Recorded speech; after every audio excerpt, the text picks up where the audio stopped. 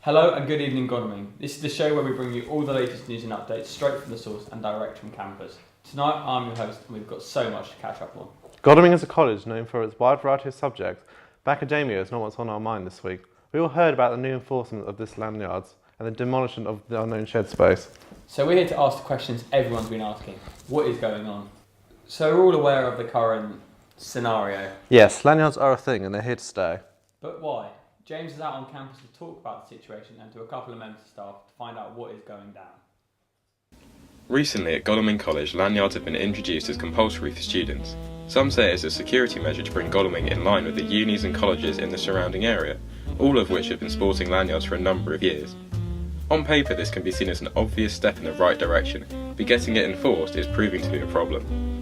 We've been talking to some of the students and teachers in the college to see what they make of the lanyard situation. You started with the lanyards. What do you think of them when you first came to college?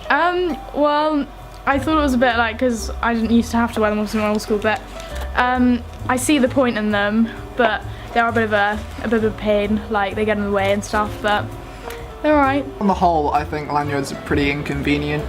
I mean, I understand that there's like a concern about safety and whatever, but I think there's a real issue when lanyards are introduced and they're not like bothered to be enforced. It's pretty largely a good idea.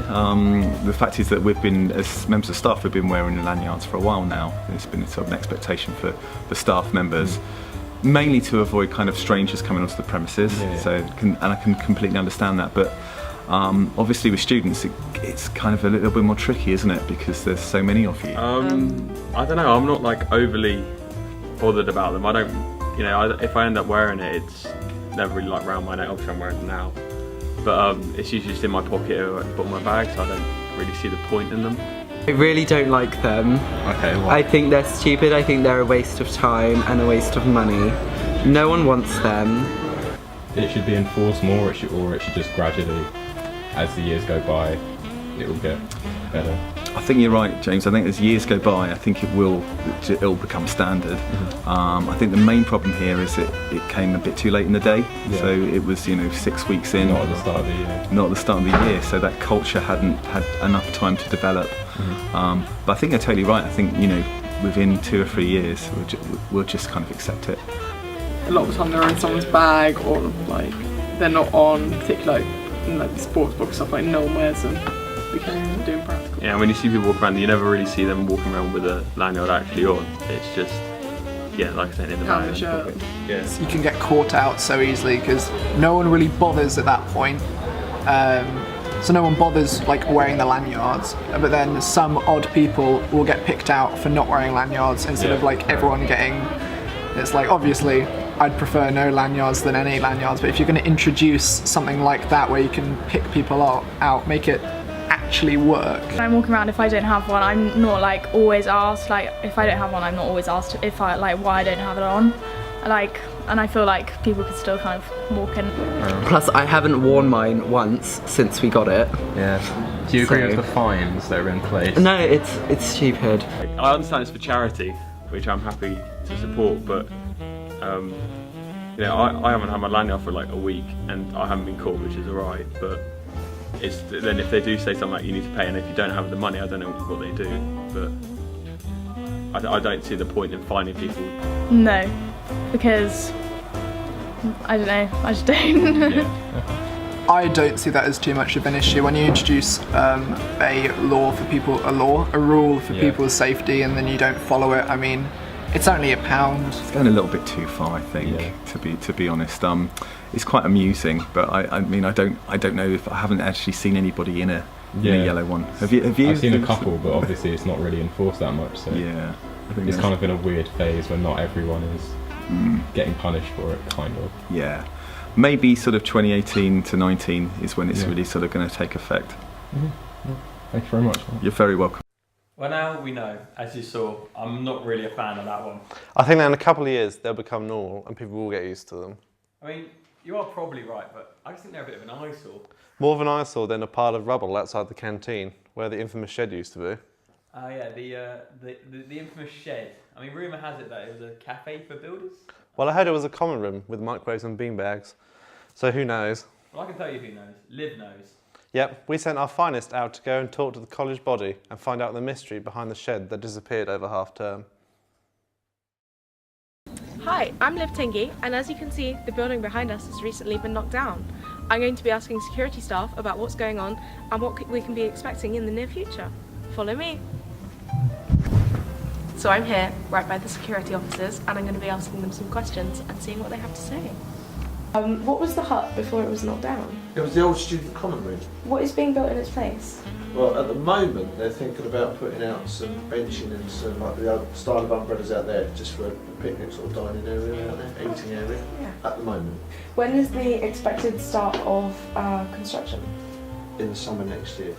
And why was it decided to get knocked down? Why was it decided? That I don't know. They decided that it was really not a good idea, I suppose, to have no one looking after the common room and no one monitoring it, and it was becoming trashed really, so they decided to knock it down. How long will it take to construct where it's going, do you think? I should imagine looking about 6-7 weeks in total. Do you think we need any more canteens? Eventually they may extend the old canteen out to that area, but that's just in the pipeline. That's not set in stone, as it were. How much on estimate do you think it will cost the college? How much would that cost the college? That I really haven't got a clue. But John's probably the best. Yeah, John's probably the best one to ask about that. You can get an idea on the budget on that. And now we're going to talk to some students to see what they know about the shed area. Do you know what the shed area was before it was knocked down?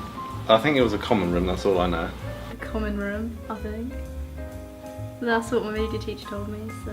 It's like a student hall, student something. Do you know, I've heard it was a hangout area for us students to go into. So where students can hang out and then a place where tutors would hold their tutorial time and things like that. Part of the bin area. There was a big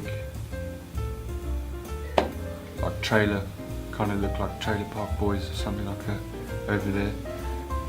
Not sure what was used in there because no one ever went in there. Yeah, it was a secret society den for the neo-Nazis of Godalming College. Really? Yeah. Oh, I didn't hear about that. Yeah, it was. Do you know why it's knocked down? Oh, it was because it was never used anymore. And like they just put boards up in the windows and stuff. They've knocked it down because I think ultimately they're gonna build some more canteen space, I think. And I think that's the plan. I have no idea why it was knocked down, but before that I knew builders used it as their common rooms and have lunch and dinner there whilst they were building a new building at the time.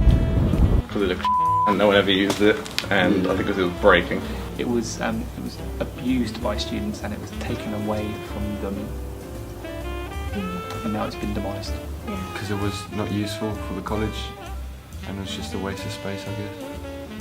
And it looked horrible. Apparently it's because there was no use for it anymore because like tutors didn't really need it. We've got plenty of rooms in the building and students weren't really using it because you've got new facilities in the canteen and new buildings with better equipment and facilities. Do you reckon there's anything else that should be... They'll probably put in another canteen. Extend the smoking area. All the way to over there? Yeah, no, I don't know. I think they should build another food place. Oh, I believe there should be more seats and for people to accommodate more people, and maybe another smokers area in fact. Probably a bigger smoking area or seating area because it's a waste of space at the moment, frankly. Well, Harry, I think it should nothing be built there because it's letting lots of beautiful light into these classrooms along this corridor and into the edit facilities.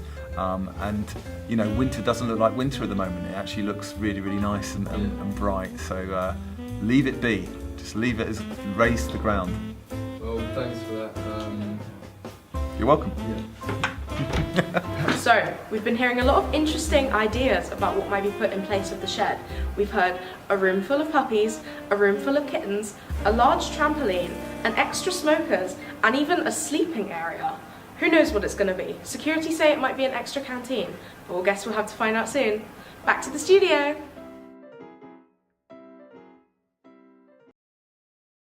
Well, I mean, a shed full of puppies does sound like a great idea to me. yeah, no. It's a shame we don't have those microwaves anymore, though. I mean, I would have liked to bring my own hot food in. I quite like canteen food, honestly. See, I'm not a massive fan myself. But anyway, speaking of which, after the break, we'll be joined by our one and only canteen connoisseur, James. Stay tuned.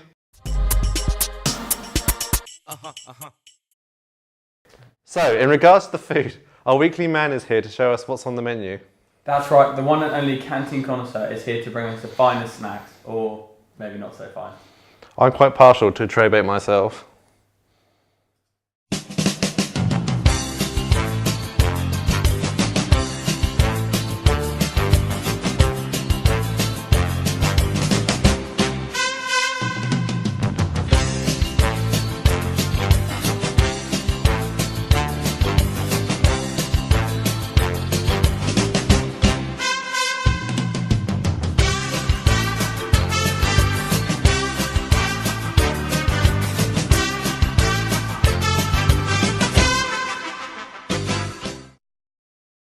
So recently I purchased this tray bait from Costa for a solid £1.20. I think it's a little bit overpriced for the amount of marshmallows you get.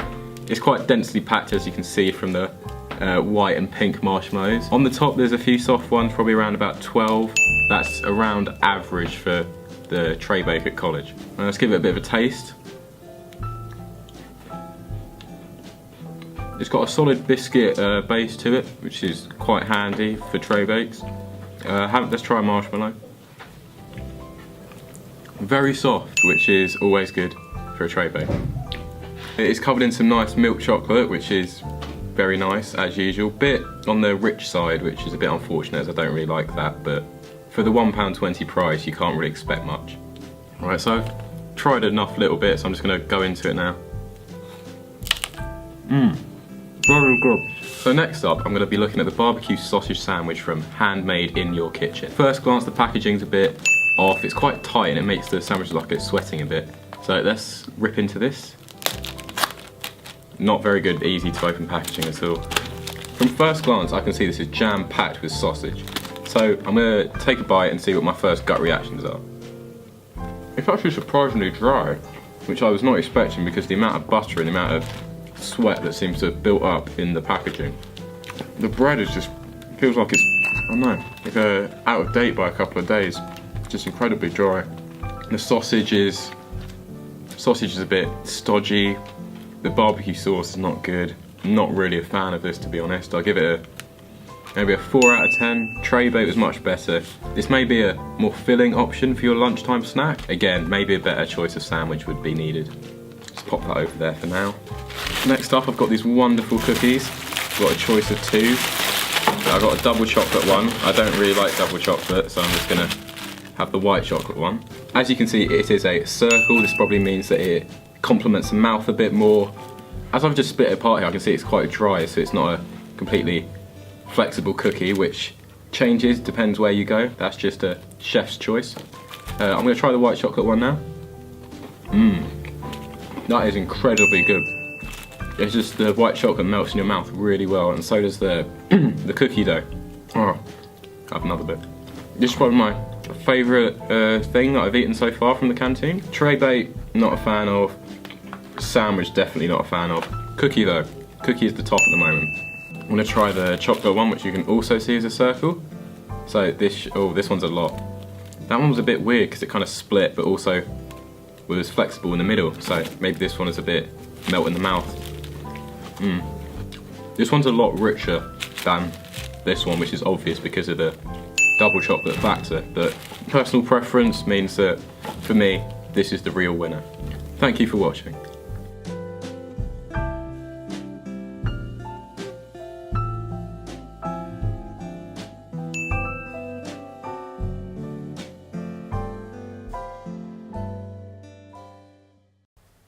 Yum. Those cookies have got my stomach rumbling. Well, little birdie told me we may have some guests coming on. Yeah, we have Mark Piper and Matt Toogood for you today, ladies and gentlemen. It's good to have you guys finally back. Good to be back. Yeah, thanks for having us. Obviously, it's been a while since you've been on, so what have you guys been up to? Well, Matt, what have you been doing? Ice hockey, mountain biking, dirt biking, that sort of thing. Yeah, I've been doing sort of water polo. Yeah. So where did you do your water polo, Mark? In the local swimming pool. Local swimming pool, alright. Getting those horses in is really tough. Do you not go to the one in Elstead? Because I know obviously you're from the Elstead area. I am from the Elstead area. That is a bit creepy. I know, because I saw you on another show a while ago. Yeah. Well, you heard about my charity work? Yeah, I have, about the warehouse or something like that. Yeah. Really? That's I really never knew that. Yeah, it's working hard. But anyway, we've got a little game for you today. So we've got some slang words that we will be asking you. And you've both got buzzers in front of you. We've upgraded our buzzers to mobile phones. Yeah. You know, moving on with technology. Yeah. So the way it works is we'll say a word. Whoever presses the buzzer first gets to translate into what the word means. Okay. But whoever, so say for example, Mark, you press the buzzer. Yep. Matt, you have a chance to steal the point off him if you can put the word into a sentence. Gotcha. Go fresh crepes. Mark. A lovely pancake that's been... No. Nice. Hey, those are some fresh crepes you're wearing there, Mark. Oh yeah. Yeah, that's right. I mean, I wouldn't describe them as fresh, but.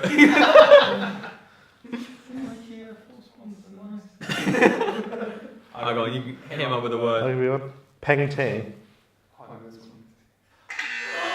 Oh, wait. So Mark, try and use it in a sentence. Yeah, you try to use it. How would you use painting in a sentence? That guy's looking really painting. No. Matt, please save this. Oh, those paninis are painting. I thought painting means like really nice. I thought the painting was like really fit.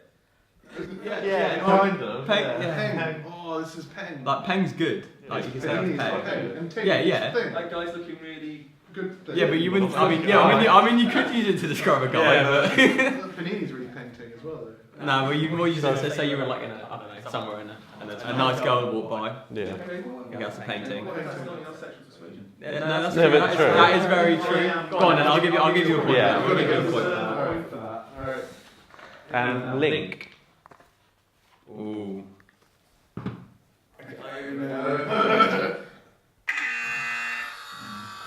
To meet up with later. Yeah, I I'll say, that's yeah. pretty good. So you can say like, if you want to like link up with someone. Yeah. Let's link up later. Yeah. Yeah. Let's link up. Yeah. All right.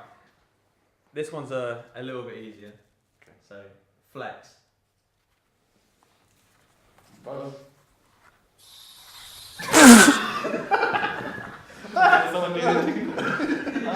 flex. Watch me flex my muscles, baby.